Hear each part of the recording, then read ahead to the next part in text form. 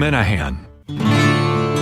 Welcome to Talk Cosmos, the show where Sue Minahan and her panel of guests bring you insightful conversations to awaken consciousness for soul growth. Come journey with us through astrology's energetic cycles and get ready to understand your path in the cosmic roots of the stars.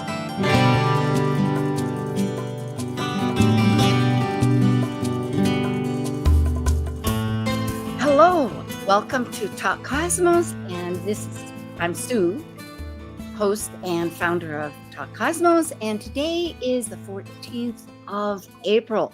We've moved past the eclipses, and we're heading on to another major event, and that's the focus of our talk today. It's when Jupiter and Uranus, the biggest planet in the solar system, Jupiter, meets up with Uranus, and it's expansive and it's authentic.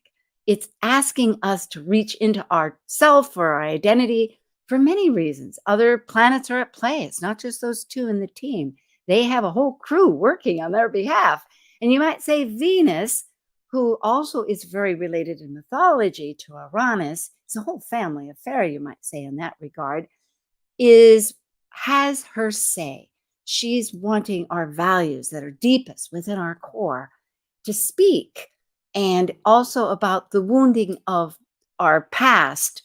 We might have a long past. Our memory might be short, but how it feels and what we must experience can have many layers to it.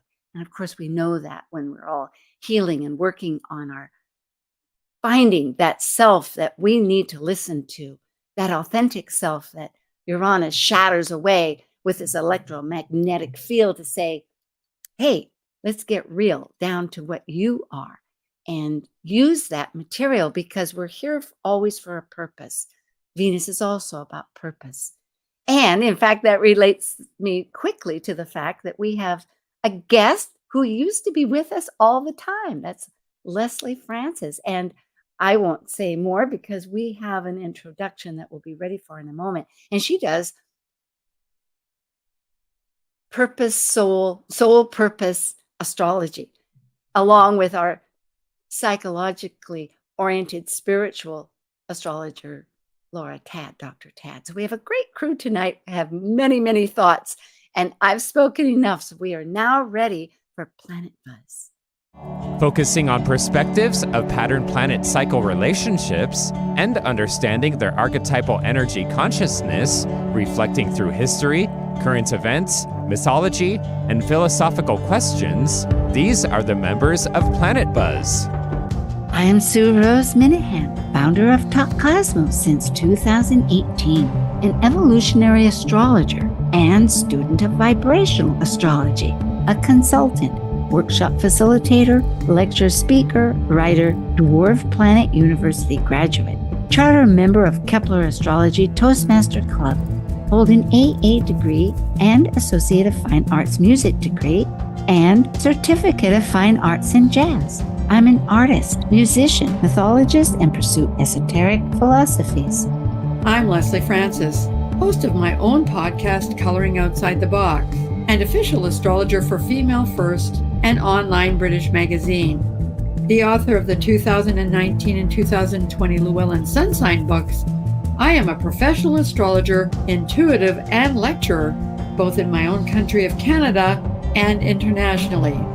My lifelong search to understand what it is to be human led me to develop my own approach to astrology, purpose-centered astrology. I passionately seek to support people in their greatest act of creativity, living life, through writing, consultations, and webinars.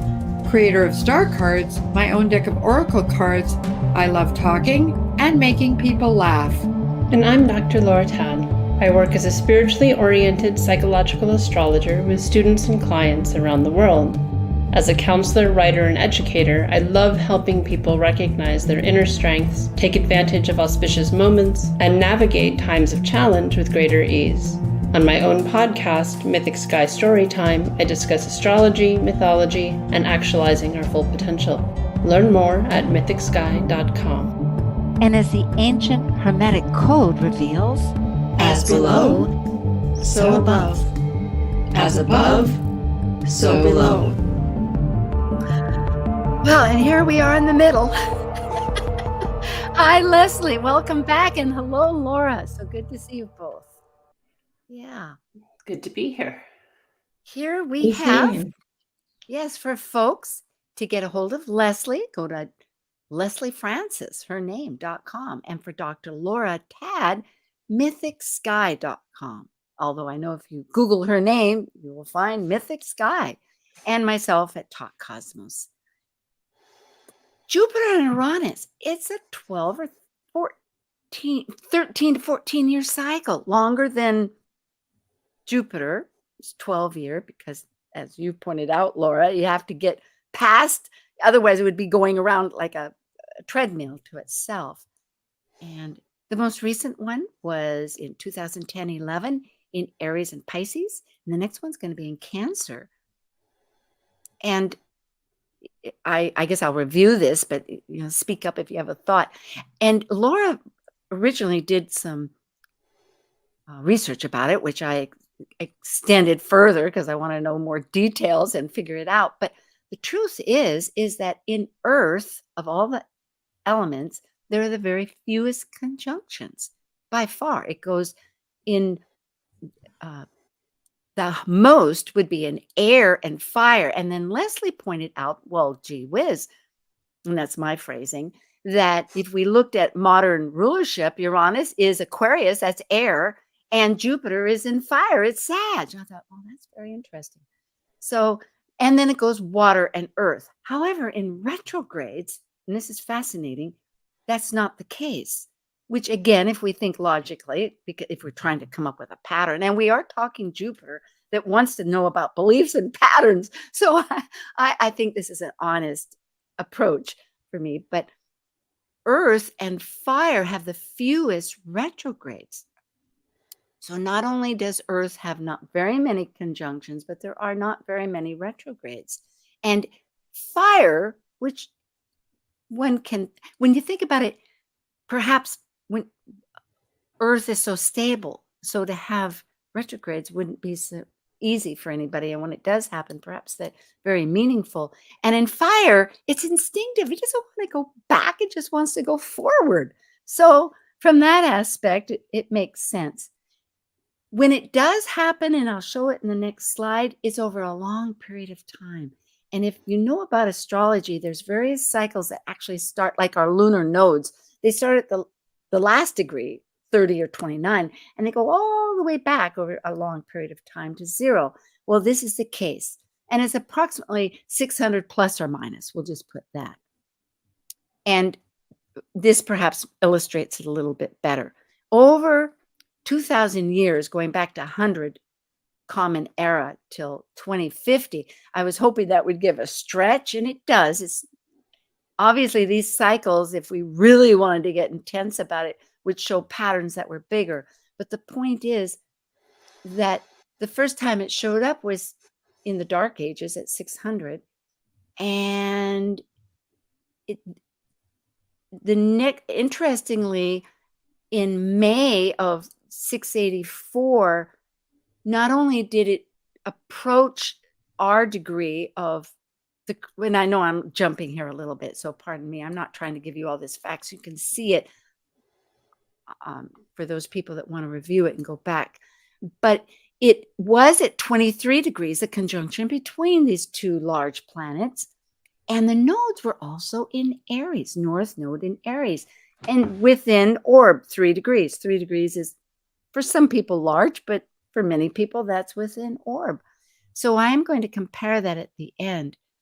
But as you will see, they transit in this long period of time up until 1181, when that was the very last chart for that cycle. And then the next one began in 1858, that is in the next 600-year cycle that we have. And I'm grateful that Laura brought, in her own research, brought those up, because we are going to look at these charts and they have significance. So archetypally, this is the Jupiter and Uranus, and in Taurus.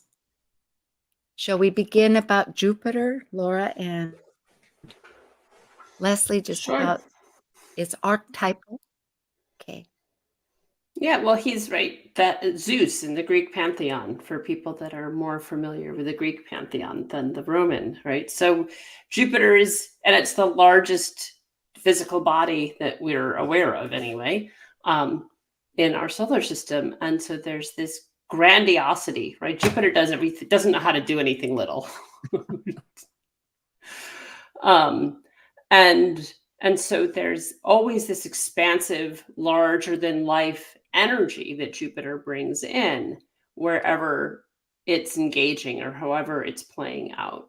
And right, remember years ago when I first started studying astrology, people were saying, well, there's no such thing as a bad Jupiter transit because Jupiter's luck, right? But it can be too much of a good thing, right? Like over expansion, overindulgence. That's where there's the real shadow of Jupiter is that part of it is being overly optimistic, being so big picture, so optimistic that we're not realistic, right? That's similar to the shadow of Sagittarius. And so we have some of that, and it's a 12-year cycle, right? So it's been in Taurus for almost a year now. It's almost out of Taurus. And so we've been in this Taurian overindulging, particularly in Taurus, of physical, right? People being vulnerable to overspending or sort of thing while Jupiter's been in Taurus. So that's just that as its own archetype before it's come in contact, that it on the 20th of this month, its engagement with Uranus, which is mythologically, right, his father or grandfather.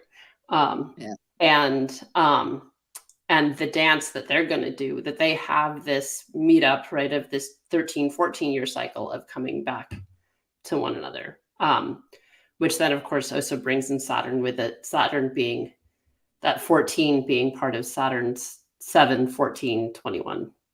Yes. Right. There's a component to that Saturn, who's the father of Jupiter, son of Uranus, is right. Mm-hmm. That's all part of this mythology. And thank you very much.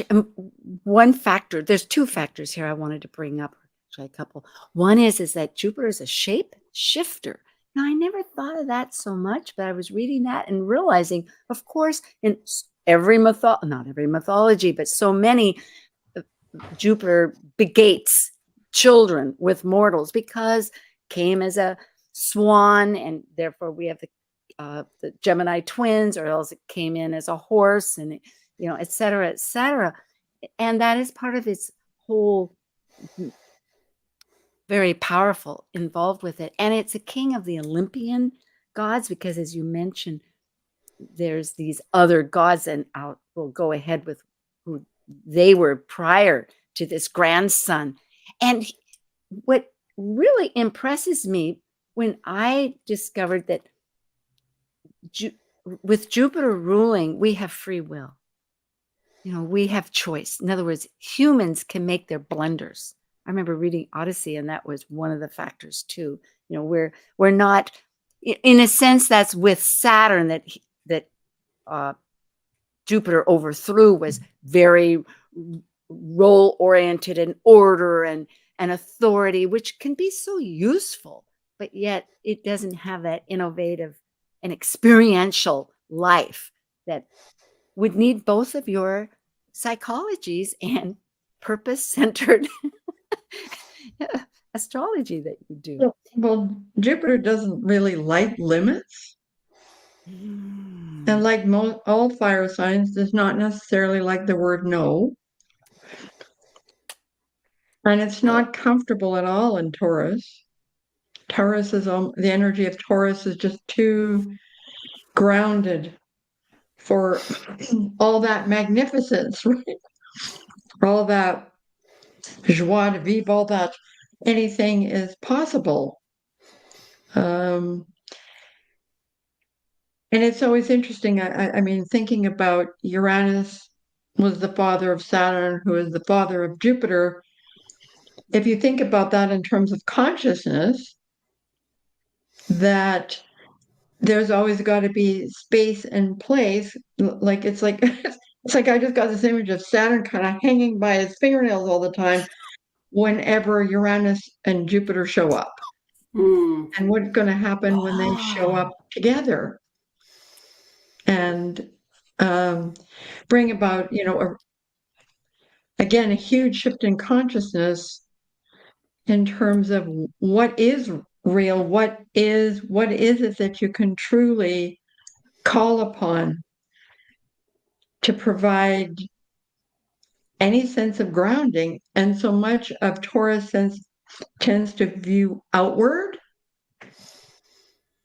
because it's very much connected to the physical world. Taurus is the sign. I always think of it as a plant that's just poked its head above the soil going, okay, which way now? Yeah, how do I survive? Exactly. Yeah. And so the roots, it always hangs on to its roots. And so for me, this conjunction asks us to ask ourselves, what are our real roots? Because the roots of a plant are hidden from view. They're not obvious to us unless we dig the plant out of the soil and then unless we plant it again, it's going to die.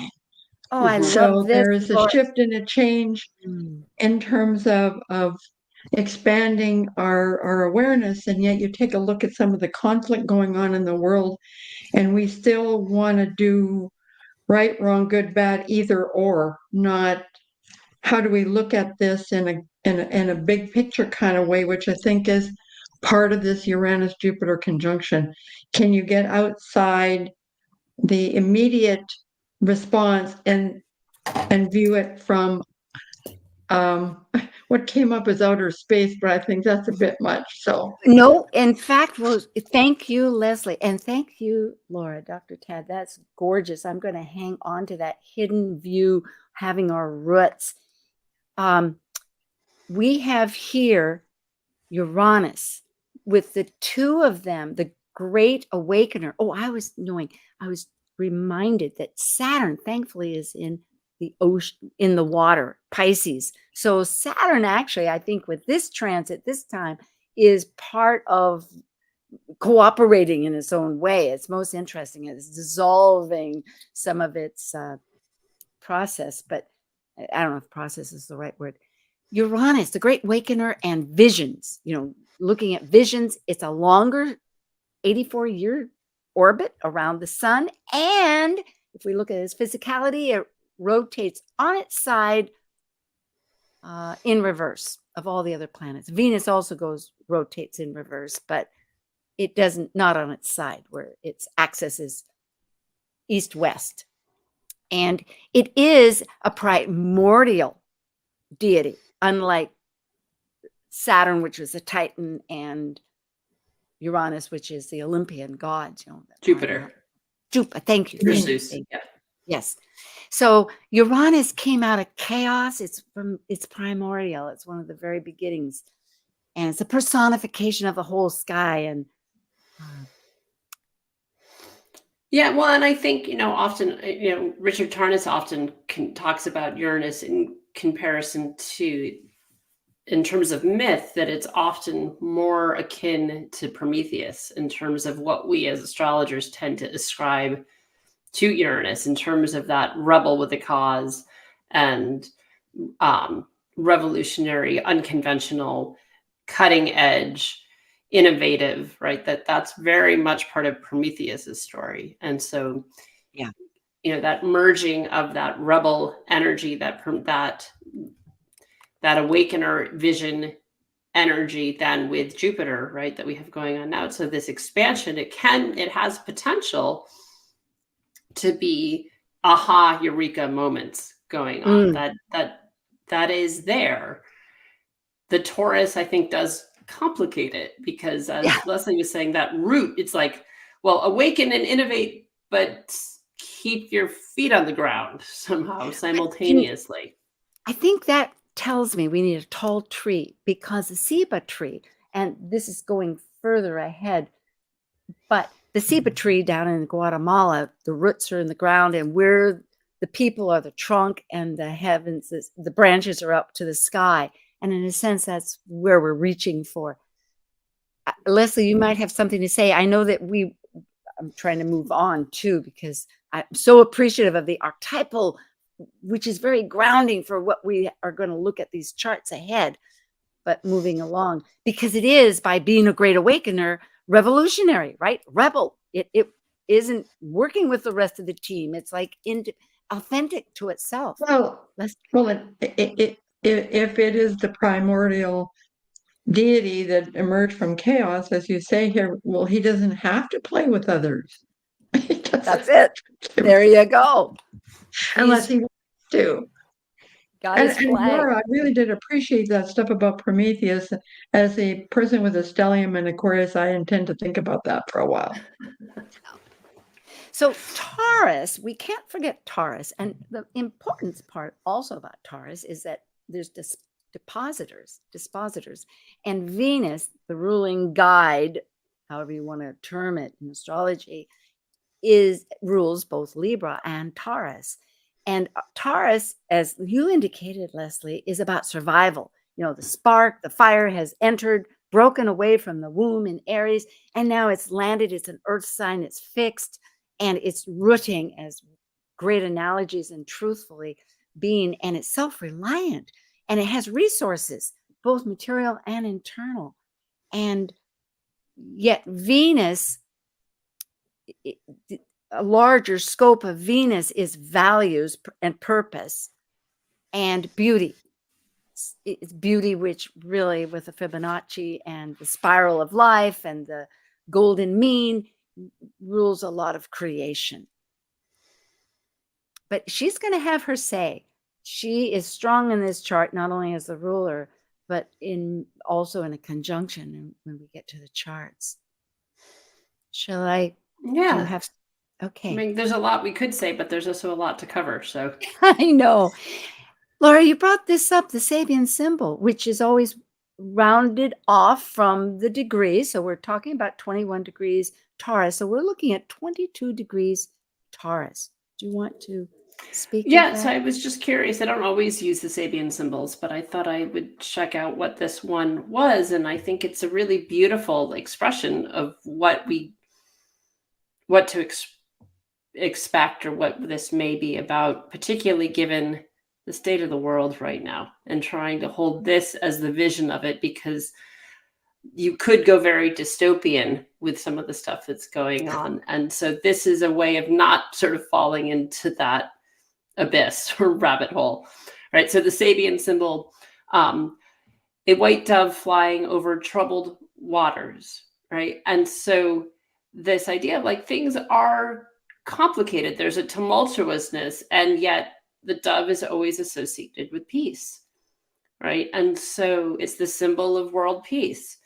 And so this idea of, okay, yeah, things are stirred up, things are complicated, but there's this hope, this light at the end of the tunnel, right? Or it's very biblical, right? Of like, oh, well, Noah, the dove coming back with an olive branch is how they knew that the great flood was over, right? So there's this way of having some hope of resolution of the troubled waters we may find ourselves in.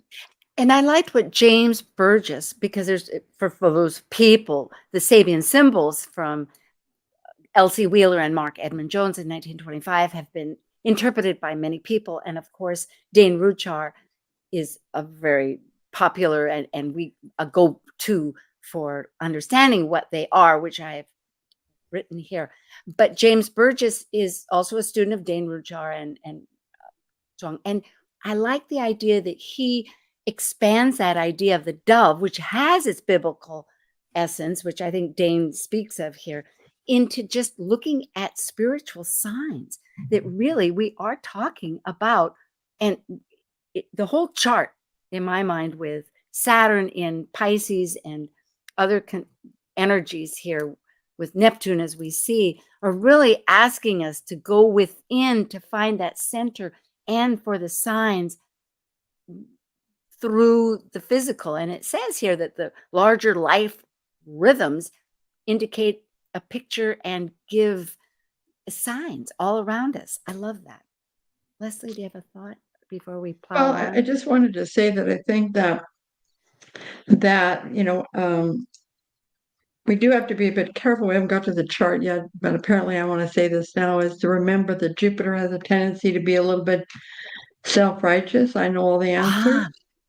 Very And important. Uranus can tend in that direction as well. So for different purposes, but it's important for us to stop and think and recognize that because we see the world or feel the world or experience the world in a particular way doesn't mean that everybody else sees it that way, and that there ought to be some mutual respect.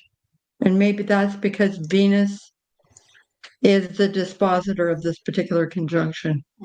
Yes, and she says it's heart-centered. Very good.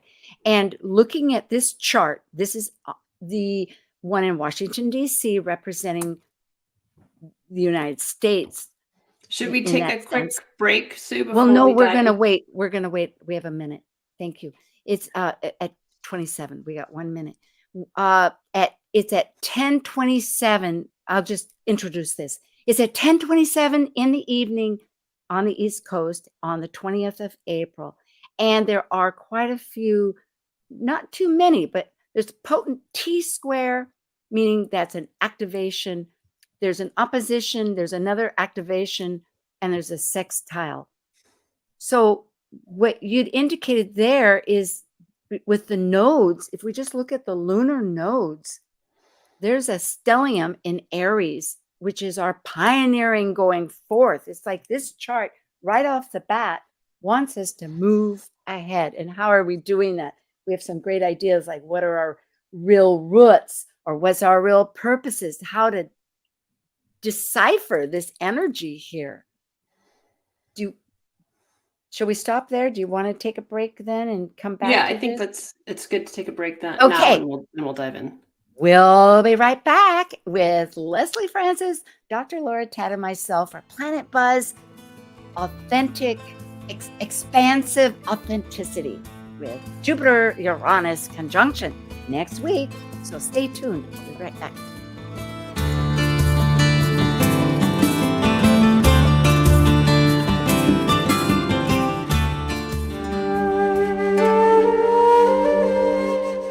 While we take a break from this week's edition of Talk Cosmos, let's take a look at this cycle's archetype. We're currently in the period of Aries. By leaving a cycle based upon completion, the energy of Aries sparks initiation, creating action to separate into a new cycle of life. It's a fire sign, which means it will involve great emotion. And because separation may create resistance, it also takes great courage to break away to new ways of becoming. This is Martha Norwalk. Every Sunday morning, beginning at 9 a.m., thanks in part to the Ananda Institute of Living Yoga, we cover the world of animals. This week, April 21st, it's Behavior Training and Healing Sunday with me, and talk with your human or animal loved ones on this side or the other, and personal awareness coaching with Natasha Venter. Hope you can join us and plan to call in with your questions for either one of us. Martha Norwalk's Animal World, Sunday morning, 9 a.m. to noon, right here on Alternative Talk, AM 1150. Talk Cosmos brings insightful conversations to awaken consciousness for the soul growth with hour-long programs every Sunday at 1 p.m. Pacific on KKNW. Talk Cosmos weekly programs are also available to watch live on the Talk Cosmos YouTube channel and Facebook page. While you're there, make sure you click the like and subscribe buttons so you get the full Talk Cosmos experience. Or if you'd rather listen to the show archives with audio only, the entire podcast collection since 2018 is available on most podcast carriers. And to find out about upcoming programs, sign up for the newsletter at talkcosmos.com. So grab your coffee, tea, or kombucha and enjoy the show. Get your daily dose of variety. Alternative Talk 1150. Okay, at this point, I'm going to try to find where it is. We've got so many. Here we are.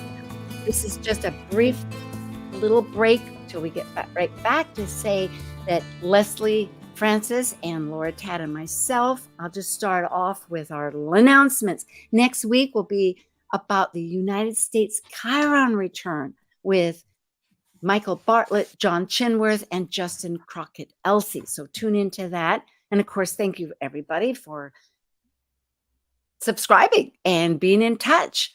We are on a YouTube channel and podcasts.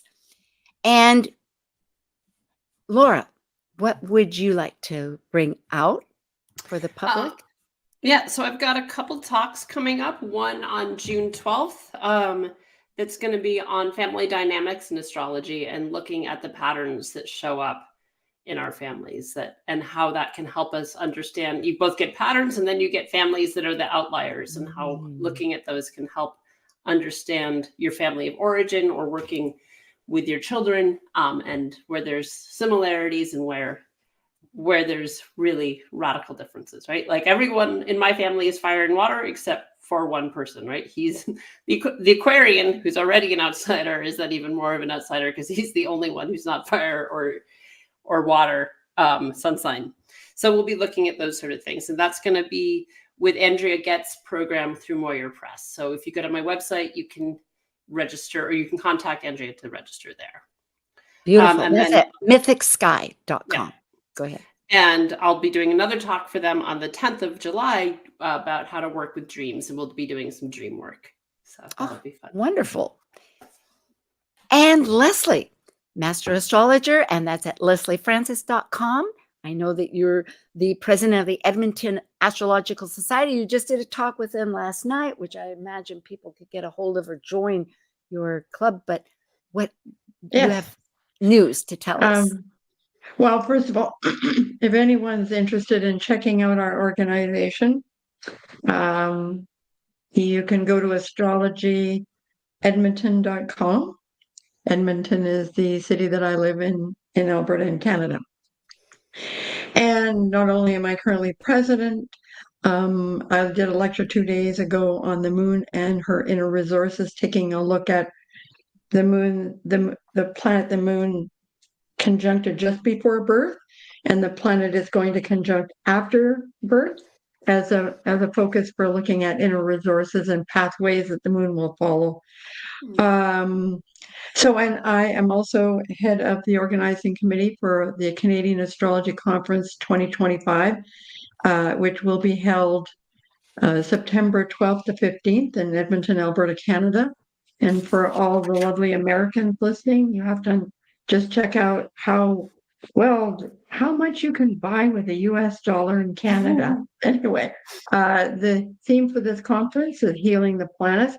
And we're hoping to announce our keynote speakers sometime in the next 2 to 3 months. So people have plenty of time to get their stuff organized so they can join us. We're very lovely, friendly people. So we promise you'll have a good time. Oh, and September will be a good month. That just sounds spectacular. And I'm in the process of sometime this year launching 2 new podcasts. Coloring Outside the Box, I think, has come to its natural end. I've had some personal challenges which have meant I haven't been paying attention to because it just didn't really have the energy. So I'm planning to do one called Things I Learned from Falling on My Face. I love it. I'm sorry to hear it, though. And the other one will be called Astro Soup. Okay. Goody. Well, we'll look forward to it. Thank you, Lesley. And myself, here, we're going to go backwards. We have so much to cover. Wowee. But we are going to somehow get through this. So here we are.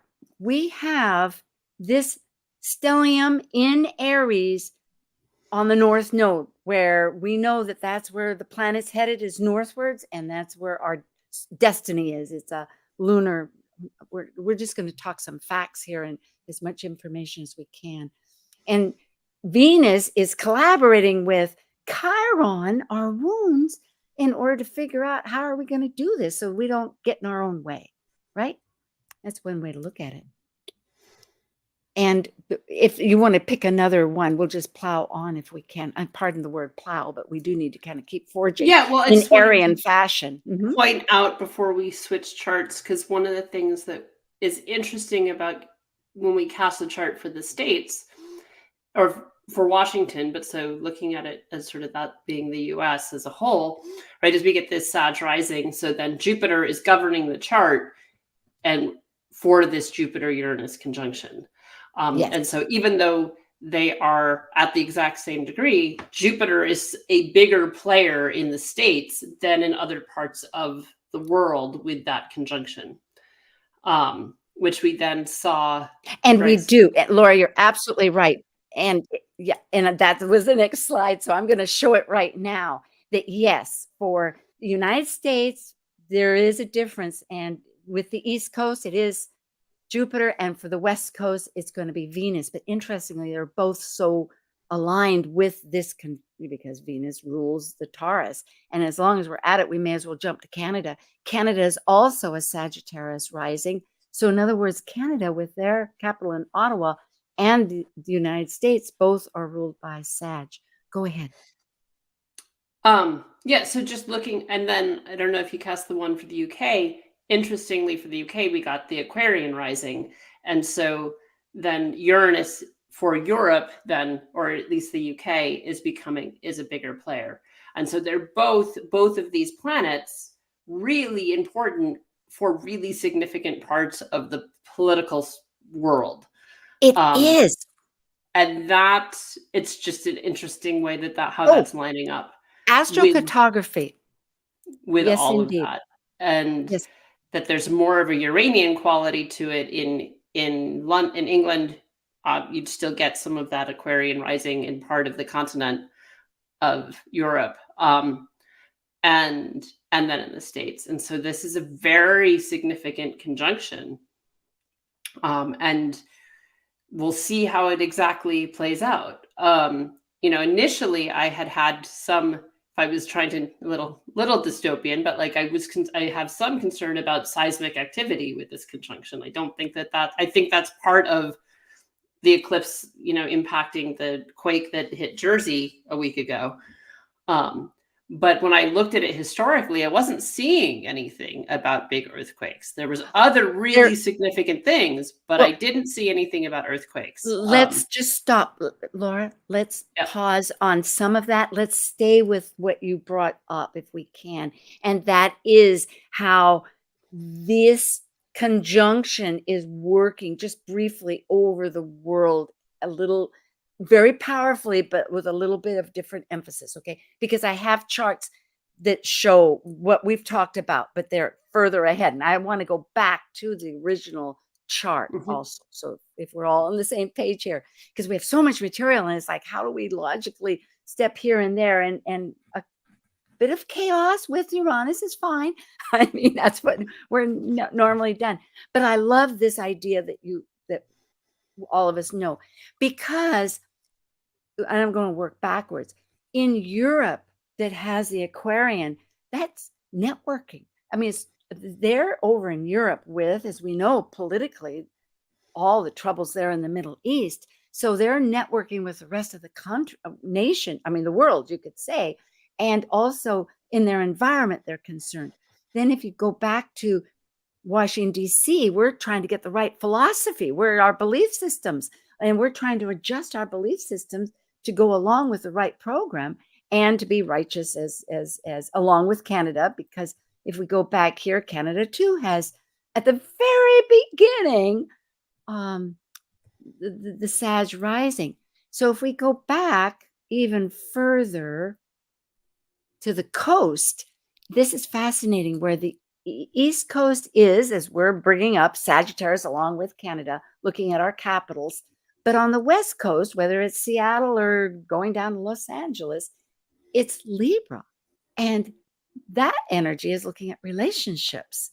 And what's the relationship between, we're at a distance, the West Coast there, and it's looking at values and other factors, but isn't it amazing? I think, as you've brought out, as we're all bringing out, that this conjunction is pretty pivotal for how the politics and our attitudes or belief systems are going forward. Yeah, well, the ruler of Taurus, right? That Venus is then also at the degree of the eclipse. So there's layers of this, right? That of the solar eclipse that we just had. So that's right, 19 degrees. But again, this revolutionary energy meeting up with that expansive energy in Jupiter, but in Taurus that can be stuck in the mud, bull that won't be moved, right? That's part of that Taurus. So this like having to almost, force isn't quite the right word because that's more Saturnian, but there's this being catapulted out of where we are stuck potentially. Ooh, I love that. And that introduces these other aspects. And then we can move on, which I know we're all eager to do. But the sun activating in this tension motivated drive with Pluto, and Pluto's pretty ruthless. I mean, ruthless in the sense that it wants soul growth, and it's going to purge anything that isn't giving necessary growth to us. So that's going to be eliminated. But our sun wants it. I mean, in other words, that's on the very strongly activated here. And then, of course, we have that other opposition with the moon. The sun and the moon are doing their own activity here. Lesley, do you want to bring that up with the moon as it's opposing Neptune? And of course, Laura, too. You don't have to. I'll just keep going. Well, we had a lengthy discussion about this before the show, and the moon is technically void of course, although, you can argue that it's applying to a trine to Pluto. So it has to change signs. So there could be some, well, what came up is some deep emotional rumblings. Absolutely. Yes, thank you. But it also could be that somehow we're being asked to take emotional reactivity. In other words, we get highly reactive emotionally. I mean, that's a sign of Cancer. And to take that kind of out of the picture and really just respond more from a deep knowing as that moon trine to Pluto, bringing us, following our feelings, not our emotions. Because for me, those things are different. If what you feel is not different, not necessarily the same how you respond to how you feel on an emotional level. So, perhaps void of course moon means that we kind of can open ourselves up to a new beginning because we're almost there. But the moon's at 29 degrees, and 29 degrees for me is always that push-pull, one foot on the brake, the other foot on the gas pedal, and it's in Earth. So it amplifies that need for us once again to take a look at the structure of our lives and ask ourselves if the structure of our lives actually supports who we really are, as opposed to, we just built this because that's what you're supposed to do. It wants to fix things in Virgo, as we know. And I think opposing Neptune, it's looking at visions and how are we going to activate it. So, of course, those questions are useful. And Laura, did you have something? Well, I just wanted to add one thing. Please go ahead. Sorry. No, I just wanted to say that, the opposition to Neptune, maybe it's time for us to stop gaslighting ourselves and be honest and truthful. With the real truth, please stand up. Do you remember that show? It was like, yes, me. No, not you. Oh, my goodness. Yeah, I like that idea of distinguishing between emotion and feeling being how we express the expression of emotion right? There's this differentiating, and maybe because I have a moon in Virgo, I like differentiating that. Well, no, I totally get it. I used to worry and wonder, how can you tell the difference between, to me, air, but I had another friend that you know both, and we would sit there and wonder emotions and feelings. What's the difference? And yes, now I've evolved to understanding what you say, but it's they have just to give an example, so people so a feeling is like, so if you feel unsafe, what is your emotional response going to be? Right. You either go numb, you run, you start trying to people please, you fawn, or you freeze, and those are emotional responses. I'm talking about how you express it. So, yeah. Right. I had something else. It disappeared. Well, just think about it from a language, right? That the language of like the word emotive is, right? That's an act. Being emotive is yes. Right. And so versus like feeling action versus emotive action. Emotive is an action. Yeah, this is very good. Which is very different than like how you feel is not necessarily how you express how you feel, right? You can be angry and appear shut down, or you can be absolutely and get depressed. Yeah. You know, I mean, that is one of the definitions. Be sad and put on a happy face. Yes, the show must go on. We know all this. And so, that does speak to some of this piece of Uranus. One of the things Uranus governing authenticity, right? And so being our authentic selves, valuing our authentic selves with it in Taurus, getting and feeling like our authentic self is valued. Yes, I love it. We are going to go back to the 3 most recent of the few conjunctions in Taurus with Jupiter and Uranus. So the last one was, and this is just a review, and then we'll go into the charts. 1941, and it was at 25 degrees. Remember, the interesting part about this is that in 1858, it was at the very beginning of this 600-year, more or less, year cycle where Taurus will have its few conjunctions. Just to remind people, it's not very often, relatively, and they progress from 29 degrees onward. And in 1181, there was this 677-year break, which is pretty extraordinary. It was at the very end of the previous cycle. So this is information that we can find out a little bit about. And I'm hoping not to get too elaborate with these because we want to move on, but they're so interesting. And just choosing here, and maybe we should start with 1181 because that was the end of the past one. And Laura, you brought up the fact that Saint Francis Assisi was born, and I realized that I'm not Catholic, thank you, and I praise those that are, but the Pope, that in current popular life today, chose his name to be Saint Francis of Assisi. And this quote here, man of poverty, of peace, along with our dove, right? Well, and he's the patron saint of animals, which is what Taurus governs. So, and he got this conjunction in his birth chart. He was a living embodiment of this conjunction. Yes. So, your microphone changed. Oh, okay. Thank you. So that's an interesting way that because of that cycle ending was he was birthed as the cycle ended. And now we're kind of having, and my point was to show that the follow through in some way of how it's moving forward.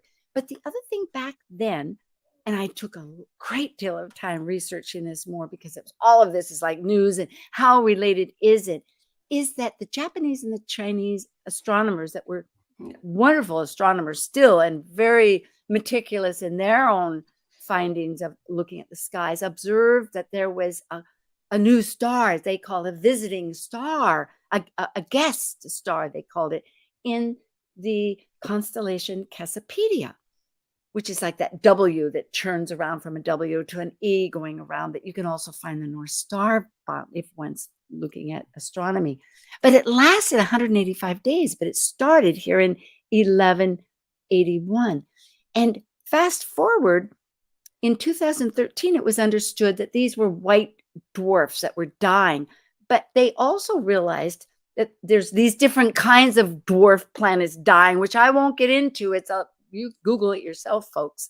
But the fact is, going more recent, 23, it was further discovered that the photograph of these, in other words, that's not that far away from right now when we're having 2024, it's sort of a segue. In other words, this idea of the astronomy, and it's showing what they're hoping now with a photograph of it, more about the origins. Thank you, Uranus, about the chaos of how the universe gets started. So it's kind of abstract, but it's showing that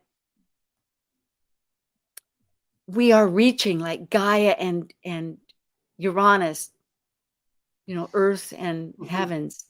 Yes, that's all. So 1858, why don't you bring that up, Laura? Sure. Did you have the chart for it or no? Yeah, I do. And then I guess we'll mention that 1941 was also with Pearl Harbor. And of course, yeah, it's when Pearl Harbor, at the end of that year, is when FDR greenlit what became the Manhattan Project. And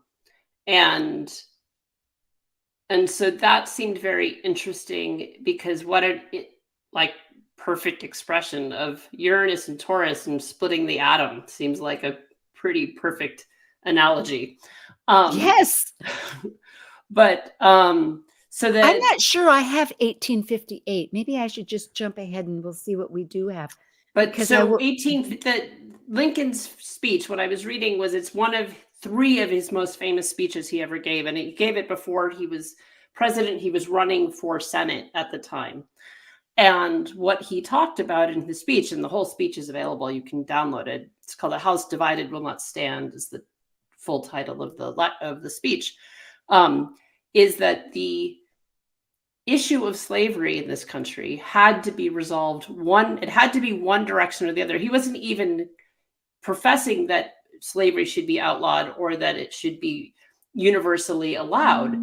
The argument was that the duality that was happening in the United States, where some states allowed slavery and some states had outlawed it, would be the end of the country, that there needed to be a single law or the US would not survive. And that was his speech to run for Senate. Right. And it's just interesting when we look at what's going on in this country currently, because we are in a similar, the degree to which things are polarized in the United States right now, there's a lot of echoes of what was happening in the 1850s. Right. I will mention, though, because I looked at that and I read the whole darn speech, which was a long speech. And the synopsis is that he actually was voting for no slavery. But he did bring up, it's got to go one way or the other. And he was casting Douglas as the guy that wanted slavery, because he had done that. So it was a bit more biased, but your point was, hey, we got to make one way or the other, because it's going to fall otherwise. This is good. This is 1941, the last one. And what is so interesting, look at Pluto. They oppose each other. It's now in Aquarius. It was in Leo then. The other thing is, because I'll jump through this, is the moons also are very within a few degrees of each other, right over the node. And of course, as you'd brought up, that's where that other phrase was about hidden things that Martin Luther King brought up that I didn't read, but people can read, is that, Lesley, you had said Antition of Aries, which is a south node. So this moon now has a shadow side of what perhaps people were thinking of being so aggressive at that time, but the shadow side of it. So we're needing to fix it, right? Oh dear, we can't be that way. I'll say that in 684, it was interesting. There were kings and rulerships shifting powers all over the place. And as you can see here, there's a stellium that people can look at. But the Buddhists say sorrow is inevitable and suffering's optional. So back to Lesley's questions here. What basis of our being of a past needs nurturing? What pains can we share if our wisdom's love? And you can look at some of these questions further about Ceres. And we didn't even bring her up, but she wants us to nurture ourselves. So, my goodness, Lesley and Dr. Tad, thank you so much. Onward, everybody. Be your authentic, expansive, true self. Thank you for joining an insightful conversation on Talk Cosmos, the show where Sue Minahan and her panel of guests awaken consciousness by connecting soul growth patterns with astrology's energetic cycles. Be sure to tune in next Sunday, 1 p.m. Pacific Time, to continue your journey through the roots of the cosmic pathway.